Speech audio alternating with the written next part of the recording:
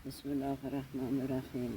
Allohning go'zal ismlari va ismi azam topidan tomoq og'rig'ining davosi haqida o'qib beraman. Biz Qur'onda mo'minlar uchun shifo va rahmat bo'lgan oyatlarni nozil qilamiz. Isro surasining 82-sida deb haq so'zni aytgan. Qur'oni qiroatining tomoq va boshqa a'zolar kasalliklariga shifo ekanligida shak shubha yo'q. Faqat sharti shuki, Qur'on oyatlarining tilovatidan manfaat ko'rish, unga ishonish va amal qilish bilan bo'ladi.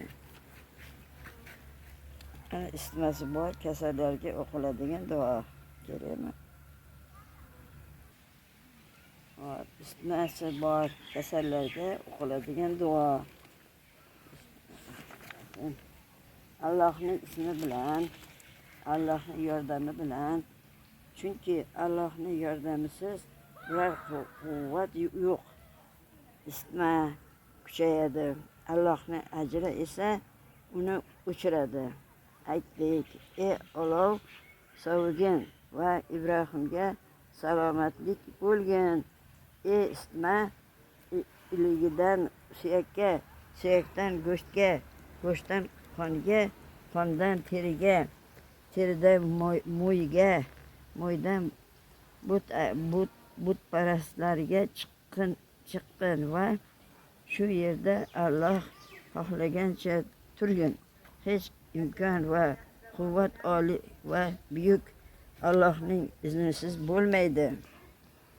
Yani İbrahim tashlagan, olovga tashlagandek o'qib berdim. Ismaning yana bir davosi. Alloh nomi bilan va Muhammad Rasululloh nomlari bilan dedik, ey olov, Ibrohim uchun salqin va omonlik bo'l. Ular Ibrohimga makr qilmoqchi bo'ldilar. Biz esa ularni o'zlarini ko'proq ziyo ko'ruvchi qilib qo'ydik o'zlariga. Alloh Jabroil, Mikoil va Isrofilning Rabbi bu xat egasiga o'z qudratining, quvvatining va jalolining bilan shifo bergin. Ey haq va amin bo'lgan zot. Qalb kasalliklari uchun davo. Ey Muhammad, ko'ksingizni ilmu hikmatga keng ochib qo'ymadikmi? Sizdan yukingizni olib qo'ydik. Qayski belingizni ezib turgan edi. Zikringizni, martabangizni ham baland qilib qo'ydik. Bas, albatta har bir qiyinchilik bilan birga yengillik bordir. Albatta har bir qiyinchilik bilan birga yengillik bordir. Bas, ey Muhammad, qachonki namozdan forig' bo'lsangiz, o'rningizdan turing va Rabbingiz sari rag'bat bilan iltijo qiling. Ey Rabbim, bag'rimni keng qilgin, ishimni oson qilgin, tilimdan tugunini yechib yuborgin, toki ular qavmim gapimni aniqlasinlar. Payg'ambarimiz sallallohu alayhi vasallam huzurlariga bir kishi kelib qolibdi. Og'rishini aytibdi. Payg'ambarimiz sallallohu alayhi vasallam unga Qur'on o'qi dedilar.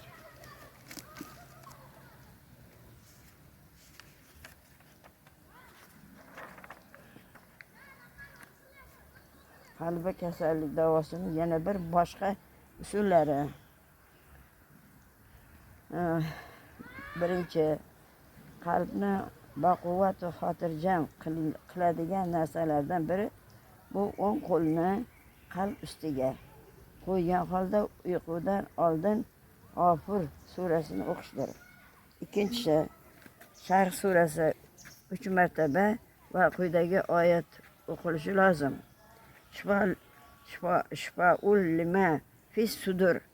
Qur'on dillardagi narsa shirk keltirgan illatga shifodir. Shirk illatiga shifodir.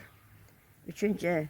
Abu Ja'far Muhammad ibn Ali roziyallohu anhuning rivoyat qilishicha, qalbida biror noxushlikni sezgan odam Yosin surasini bir idishga zafaron va suv bilan yozib ichsin.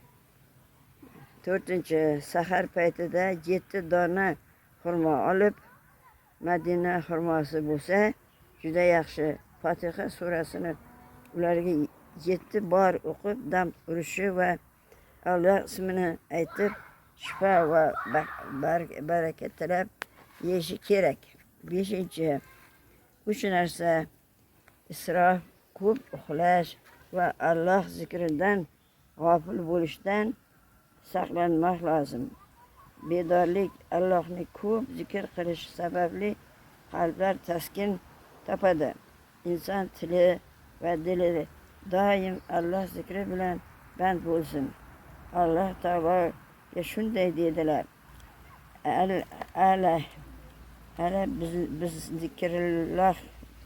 Ala bizikrillohi va tatamannul qulub.